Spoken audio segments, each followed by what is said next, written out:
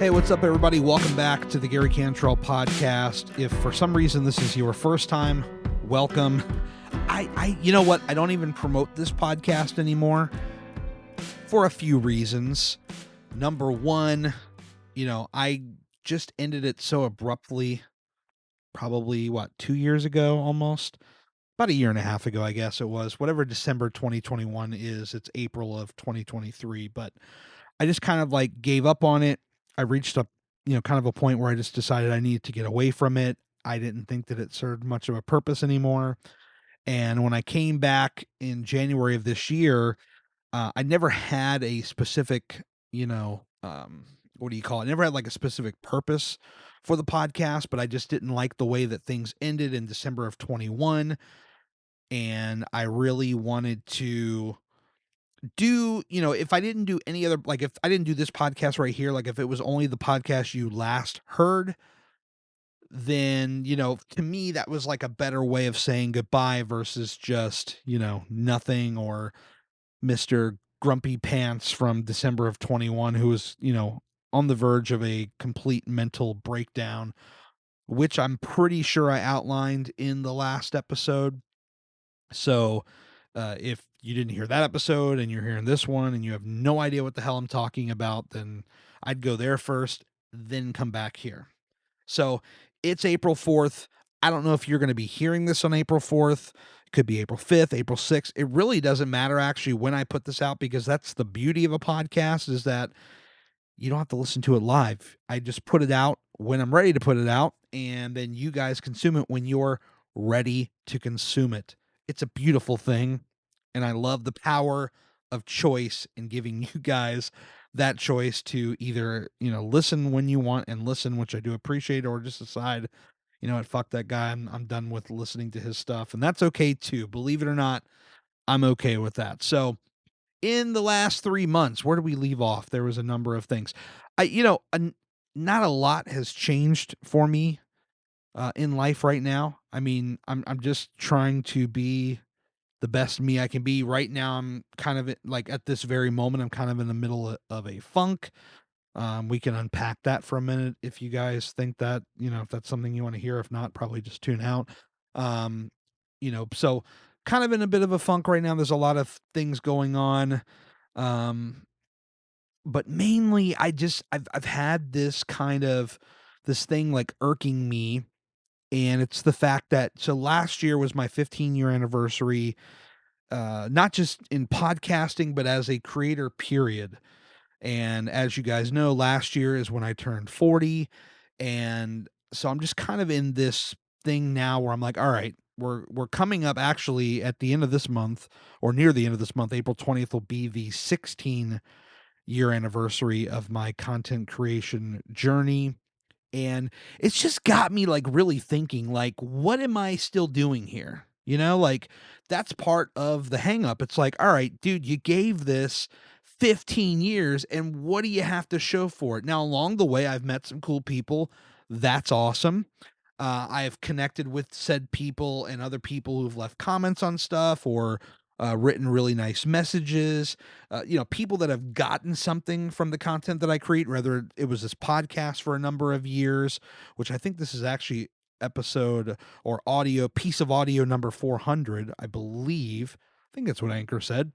And people that's either heard this podcast or they've been on my YouTube channel, which is just, I put everything under my name. So if you want to send some love, some hate, some indifference over to Twitter and Instagram, that's Gary Cantrell, at Gary Cantrell. If you want to check out my YouTube page, which I'm even more infrequent with, that's youtube.com/Gary Cantrell. I do not know if I mentioned this in the last podcast. You're probably going to hear me say that a couple of times. But there was a company that sent out a product for me to review, and that was really cool. That video is live, by the way. That's the Magic Box, which I don't want to get too nerdy, too techie necessarily. You may not give a shit, but it's if you have Android Auto or CarPlay, Apple CarPlay, that's me. If you have one of those two things, in most cars prior to 2023, that is a wired connection. So you take your Lightning or your USB-C, you plug that into your phone, and the other end goes into your car, and it presents this display on your head unit that lets you do CarPlay and Android Auto things. Play music, navigate, and it's generally a lot better than a car's standard stock system. So the Magic brand, which is the parent company, the people that create the Magic Box, decided, okay, this is cool, but what else can we do with this? So they found a way to make it wireless, so that essentially you get this little box. It's about the size of a deck of cards, and you get this little cable and you plug it in, and now your phone doesn't have to actually be plugged in to your car in order to use this, which is brilliant. The Magic Box also has like Android built onto it, so you can run other apps like Netflix and YouTube, not while you're driving. That's an important distinction to make. But if you're somebody like me that drives a long way to work, there are going to be times where you're going to get there early, or if you're headed somewhere else. If you're like me and I leave sometimes way too early for things, there becomes this thing where you have this time to kill, and this is a great time killer because now I can watch YouTube, I can watch Netflix, I can do a number of things on this device in my car. So anyway, that's like a 2-minute pitch for that product, and you can just go to my YouTube channel and watch all about it if that is something that interests you. So we are now in the world where brands have started to trust me and send me stuff to review, and I'm still figuring out that world. Look, I did one car video that now is like north of 60,000 views, and it's about like some of my favorite accessories for the Toyota RAV4, which is what I have, and I love it. It's awesome. If you have a RAV4, I'm giving you a virtual fist bump and saying hello, because that kicks ass. Love the RAV4s. And that video did so well. And so, brands were able to see that, and they've reached out to me, two to be exact. And, they've offered a product in exchange for a video. And I don't have to like deliberately say, hey, this product, rules. This is awesome. And it's like a piece of shit or something like that. No, no, no, no. You don't have to do any of that. And I would never take on something like that. For me, I'm going to get a product, I'm going to review it, and I'm going to give you my honest opinion on it, whether I think it's worth your time or not. And so I've been in a lucky position recently to be able to have that opportunity to review a couple of products. So those are on the YouTube channel. Other than that, I really haven't done a whole lot of anything. Um, Larry and we have the Edible Adventures channel, which has been kind of like on a hiatus since last summer. All that shit happened with my dad. I've got some other personal stuff going on even currently. So that is on hold. Larry's in a completely other state, which is, it's not even that far away. But when you've got a number of things going on, I have not been out there, and I know he's chomping at the bit to get back to it. I want to get back to it, but I also need shit to calm down first before I can fully immerse myself into that world again. The good news is that my editing skills have not gone to waste in that time. Gonna say this phrase again. I'm pretty sure that I mentioned this on the last podcast, but I've been helping out a radio show in Florida. That radio show is the Bubba the Love Sponge Show. It's a show I've been listening to since 2007. Love the show. It's on regular radio, but it's also on digital platforms like Twitch, Rumble, YouTube, Facebook, and I don't know if I told this story in the last podcast. So I'll just give you the very condensed version, like a minute, 2 minutes tops. But basically, last year I reached out to one of the co-hosts on that show, whose name is Lummy. Awesome guy. I don't think he's going to hear this. I'm not really advertising this show. But Lummy, if you somehow stumble onto this podcast, I fucking love you, dude. Thank you so much for everything and the opportunities you have thrown my way. I do really greatly appreciate it. But last year, Bubba was looking for some audio, and I reached out to him in a DM, offered to help find it. Don't think we ever found it. But in the meantime, I just kind of casually mentioned, hey, I edit audio. I know a couple of things about editing video, which is really cool. And that was it. I, said, "Hey, if you ever need anything, let me know." We kept talking, and he would throw little things my way, and then I would present a couple of things like, "Hey, I found this on your website. Maybe I can cut this up." Like, in the month of May and June, I had probably cut like over 400 pieces of audio for this program, which is just unbelievable. And yeah, I did a lot of editing, and a lot of that stuff too. It's like with everything I had going on personally, like with my dad and all this other stuff that we had going on, that I outlined in the last episode. This was like a nice escape to be able to, you know, laugh and listen to the show and laugh, and then also in some other spare time be able to actually like create pieces of content from their program to give to them that they can, choose to use at their leisure. Now, when I first got connected with him, I didn't really talk about, you know, all of my video stuff necessarily that I knew. It was mostly audio. And I think it was like the fall of last year. I want to say like maybe like late September, early October, somewhere in there.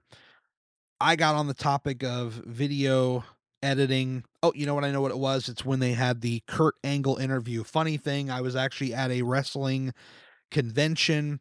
I saw Kurt Angle there. Kurt has been on the show, like years ago, back in like the Sirius XM days, or back then it was just Sirius satellite radio. And he was on the show just a number of times. Him and Bubba have a good rapport together. And I texted Lemmy. I said, "Hey, dude, like if I can get Kurt Angle on the show, would you guys have him?" And he's like, "Of course, yeah." So Kurt's signing autographs. I didn't want to necessarily bother him directly, but I got a hold of his handler and got his direct contact information, pass it off to Lummy. Lummy got the interview scheduled, and the rest is history. So that is what got me going as far as doing some video for them. Now they have a really talented video editor by the name of Rhett over there, and he kind of oversees that whole, YouTube world and getting videos edited. But one of the things I noticed, and this is pre-Rhett, so it's not necessarily, this is not like a knock at him, but they did not have like a lot of short form content on their page. I mean, they virtually had, nothing there, or, they weren't, if there was like a little short video, it wasn't like tagged as a short, it wasn't in the vertical format and all that stuff, that they had from like a year or two prior or whatever. And I knew, because I literally sit on Twitter and I like to watch YouTube videos, Mr. Beast absolutely scolded Larry and I's channel. And actually, there was an episode about that in here. If you go back and look it up, just put in the search Mr. Beast, Gary Cantrell, or whatever. I detail that entire thing where I was on a live stream, and they were him and Daryl Eves, who are two YouTube, Daryl's a super YouTube guru, and Mr. Beast, of course, I don't even need to properly intro him. I mean, he's Mr. fucking Beast. Like, who that name is. Most of you do. So anyway, I study YouTube a lot. And unfortunately, it kind of came at a time where Larry and I were slowing things down, but I got to, kind of take some of that knowledge and apply it to what I was doing with Bubba and their video delivery platforms, YouTube, Facebook, Instagram, TikTok, all that stuff. And basically what I did was I said, you know what, there's no like short form vertical content on here that's like properly formatted, that doesn't have, it's not like chopped up real nice, doesn't have captions. Most people, when they scroll, they generally do not have the audio on. I feel like, watching people that use TikTok or Instagram Reels or something like that, like they will watch pretty much everything with the sound off. But then they will, if there's something that is like funny or something that catches them off guard, they will go back, turn the sound on, and watch the video again. But you get one chance. So when people are scrolling, especially on TikTok, when they're scrolling, you got like probably, I'd say, less than 10 seconds to hook them, or they're gone.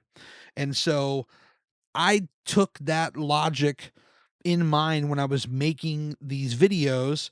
Hulk Hogan, the legendary pro wrestler, and Bubba were great friends at one point. There was a whole sex tape scandal. I don't know, maybe you've heard of it, maybe you haven't. Bubba likes to say, don't Google him. So maybe just don't Google that. But anyway, I, kind of had it in my mind, and I know Lummy thought about it too. It's like, how do we repurpose some of this old Hulk Hogan stuff? Because he tells a ton of stories on that show. And there's a lot of other guests, like I said, Kurt Angle and all these other people that have been on the show that we haven't even like touched yet. There's a lot of stuff that hasn't even been touched. But when it comes to Hogan, you know, people, they look at Hogan, they say, oh my God, Hogan's the man, and they love him. So we had this idea of, let's take some of his famous stories and let's make shorts out of them. YouTube shorts, TikToks, whatever you want to call them. We're just going to call it vertical short form content. And so there you go. Started making those, and they took off like a motherfucker. There is like 2 or 3 of them on their YouTube channel right now that are north of 1 million. There's one that's like almost 6 million. There's another one that's like 4 million. There's another one that's like at 1 million, and a bunch that are like 500,000. YouTube is prioritizing these things. So it makes sense to super serve YouTube with what they're looking for, and that is short form content. Everybody wants to be TikTok. Everybody wants to not just be TikTok, but they want to beat TikTok. And you're not going to beat TikTok. What's crazy about that is like, that's one thing where I can actually like measure that we've seen some growth there. I know that the shorts have grown the YouTube channel, but there are so many other things that get uploaded to that channel, like, live streams of the show and other segments. So I can't directly say like, oh my God, all these shorts that I made have just blown up the channel. Maybe they have, maybe they haven't. I don't know that. But TikTok, on the other hand, because I can just see like, all the videos on there pretty much in the last few months have been something that I've made. There's been a few, outliers there, but that TikTok was at like 10 or 11,000 just a couple months ago, and now it's at 20. And you can actually grow a lot faster on TikTok, but TikTok is kind of one of those things where it's mainly, it's people dancing, it's all these things, but you can be a radio show or a podcast for that matter on TikTok, and you can see real numbers. That's something that blew me away. Like we had a clip of Tony Stewart, the former NASCAR driver. He was on the show. He's great friends with Bubba. And there was a video that was him telling a story about Dale Earnhardt and how they did not like $50 bills. It was like some sort of like a superstitious thing. That video, as of today, April 4th, has 950,000 views. I don't know if anything I've ever made has been seen by that many people. I mean, that to me is just mind-blowing. The fact that here's this amazing content that these guys are doing on a day in, day out basis, and I was able to take just a snippet of that. You throw up a couple of pictures, you throw some captions on it. And it's also like, you got to be careful too, as far as like how you build it up and everything, because you want it to grab the eye. So like shaking of the text at the very front, or making certain words, bigger than others, emphasizing things, but trying to do this, trying to find like, trying to start out the video with like a certain line from the audio that grabs the ear, or in this case, the viewer's eye, because they probably have it on mute, but they can see the caption. They see like this big word like popping up like right in their face and like buzzing. So they're like, holy shit, okay, what's going on here? And your hope is that you hook them enough to want to turn that sound on and actually listen and like it and comment and share it and all that shit. So it's just been like an insane journey with this. I have become more of a lover of short form content, believe it or not. I for years, that was my hill to die on. Was I hate vertical content. You would not watch your favorite show in vertical content, or in vertical, like the example I used to use years ago when I was like heavy into my anti-vertical video. I would be like, well, you wouldn't watch like Breaking Bad or something like that in vertical. You would watch it in horizontal, the standard kind of setup. But look, it's here to stay. It ain't going anywhere. And you can fight it all you want, and that's fine. But you better embrace it, because that is how you get the reach nowadays. That's how you get the reach. You put out a short form content, the platform that you're putting it out on prioritizes this. So it's like TikTok, Instagram Reel, YouTube Shorts, and they show it to a shit ton of people. And what this results in is getting more followers, more likes, more engagement. I do question like the quality of the subscribers or followers that you get coming out of, something like, let's say YouTube specifically. If you have a short form video and you have like, let's say you primarily do long form, or not even long, but like, let's just call it like a standard video, your standard like horizontal video that's all of about what? I don't know. Let's just call it 5 minutes, right? And these are your normal videos that you put out. And then you have your shorts, right? So I do question like how many people actually watch that short, decide to subscribe, and then actually come back to your regular videos. But if you're somebody that's trying to grow the channel, if you're trying to get it in front of the most people possible, this is a game you have to play. You do have a choice in the matter. You can simply not play the game and hope that YouTube search, that your videos are going to rank in search, and that more people are going to find them, and potentially you'll find new people, that will like your content. Or you get on the short form train and you ride it out until these platforms decide that who gives a shit, and you get more views in the process. Especially like, okay, if you were a channel that had 0 subscribers, let's just say, or less than 100, and let's say that your dream is to become a YouTube partner and get, AdSense revenue coming into your channel. Now, it doesn't pay very well. This is what I hear from so many creators, but it's still income. And so if you want to get there, you need to have 1,000 subscribers and 4,000 hours of watch time, or there's a certain shorts threshold now. And so if you hit 1,000 subscribers, that's non-negotiable. That's the first option. And then you hit like 4,000 watch hours, or like, I think it's like 1 million short views or something like that. Then you become, you get the opportunity to become monetized.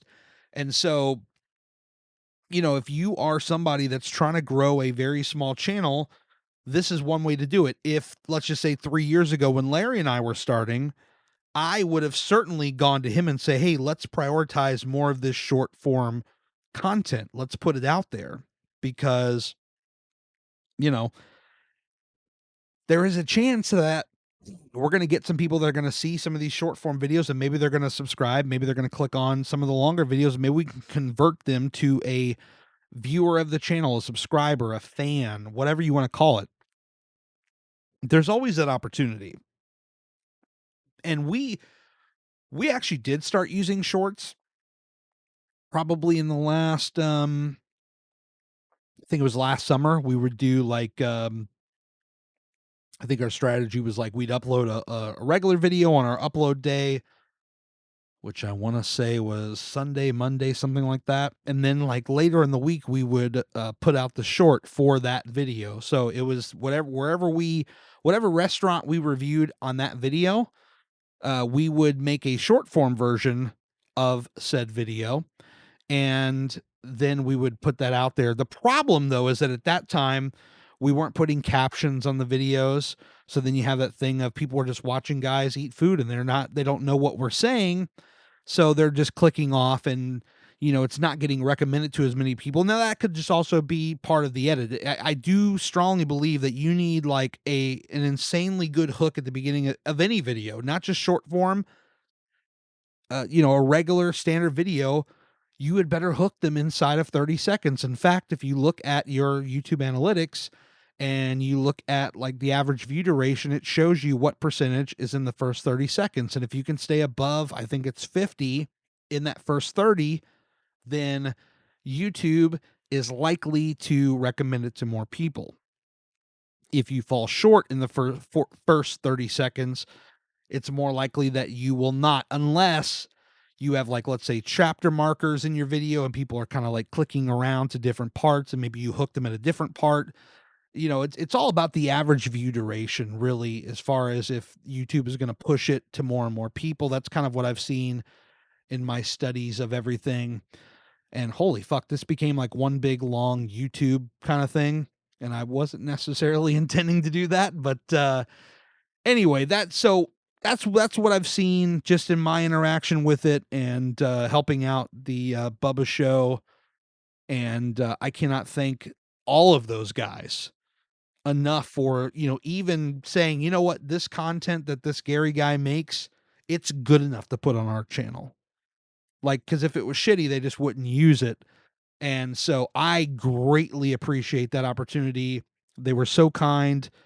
Back in January, I got invited to their yearly Bubba Army royalty party.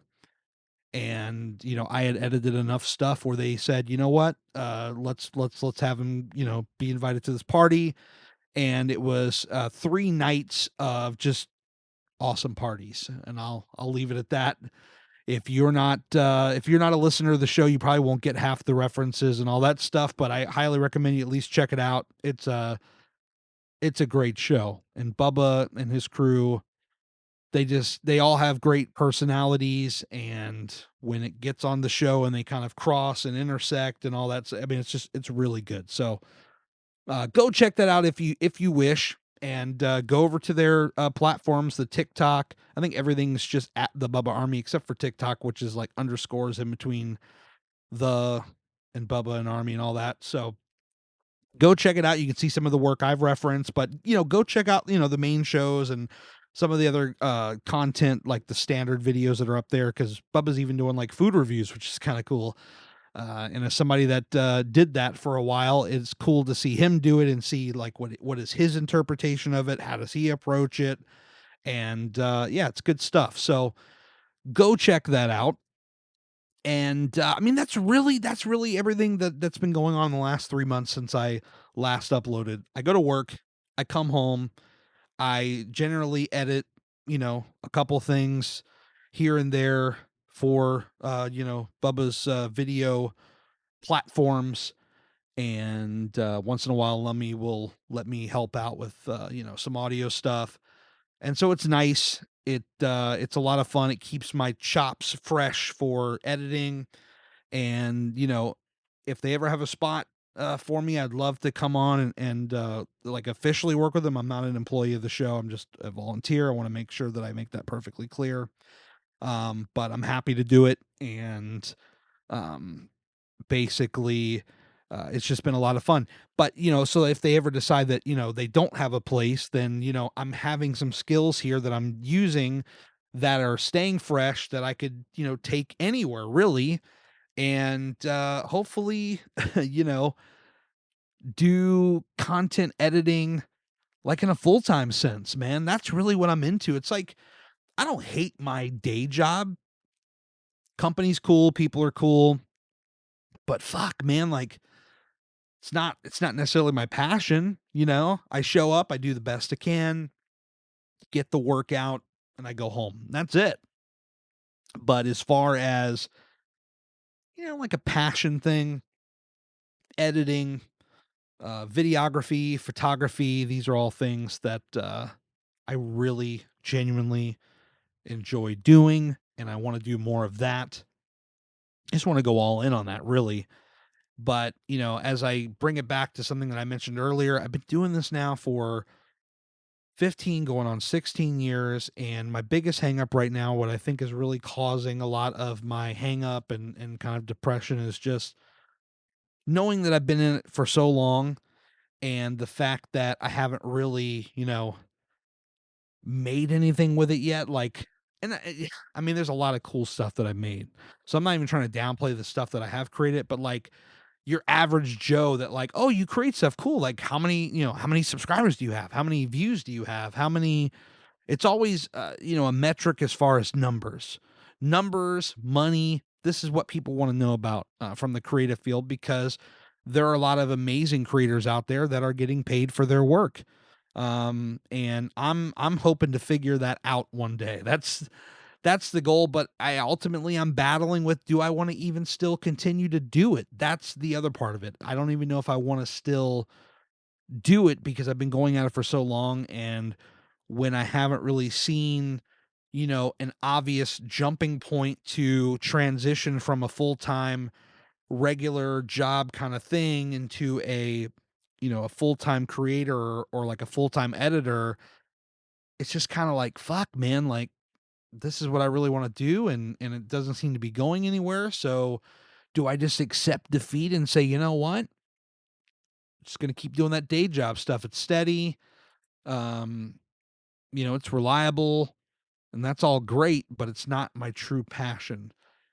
And yeah, that's a really tough battle. So I got obviously a lot more thinking to do. I think a lot of you, if you're still this far into the podcast, you're probably like, fuck, man, just go for it.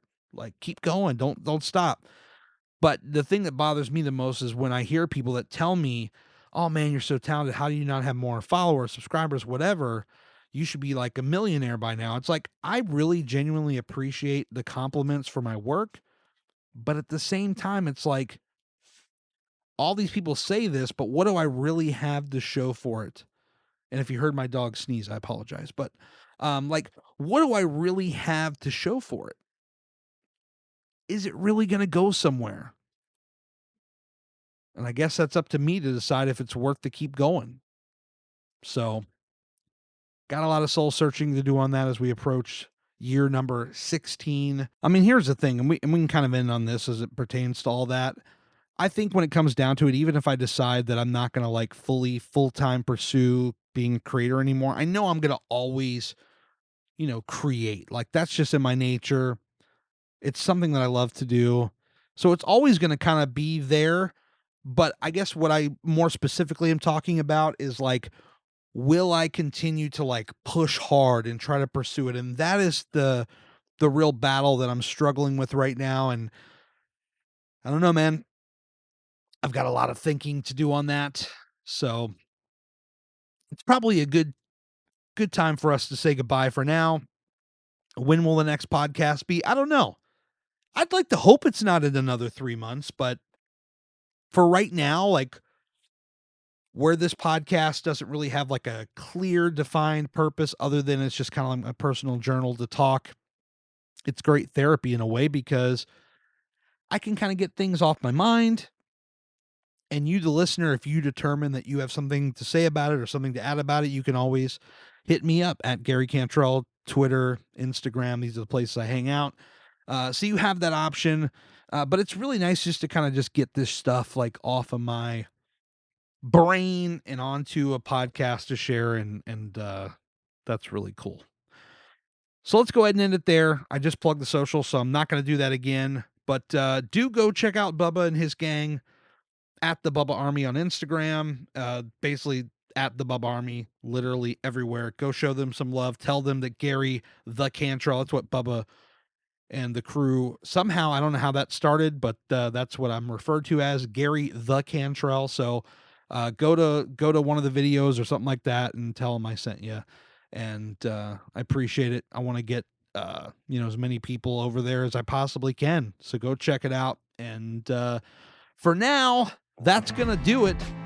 So thank you so much for listening sincerely, as we are 30 plus minutes into this. Like, if you're hearing these lines right here, thank you. It's enough to open up a podcast within the first 2 minutes, because people, I don't even know what an average listening duration is for a podcast. But what I do know is that if you sat through 30 plus minutes of all my shit, then you're one of the, as I call, one of the real ones. Which reminds me, definitely hit me up on Instagram at Gary Cantrell, because they have these new little like group things, and I have one that's for the real ones. I haven't done anything with it yet. I'm still figuring out how it is and how it gets distributed to people. I think it's through DMs, so I'm very selective about how I'm going to use that, because I don't want to run into a situation where I'm just spamming people with a bunch of shit. So anyway, I'm out of here. Gary Cantrell in all the places. Hit me up if you feel you should. Thank you so much for listening, and I will talk to you guys soon, I hope. But thanks for being here. Talk to you next time. See ya.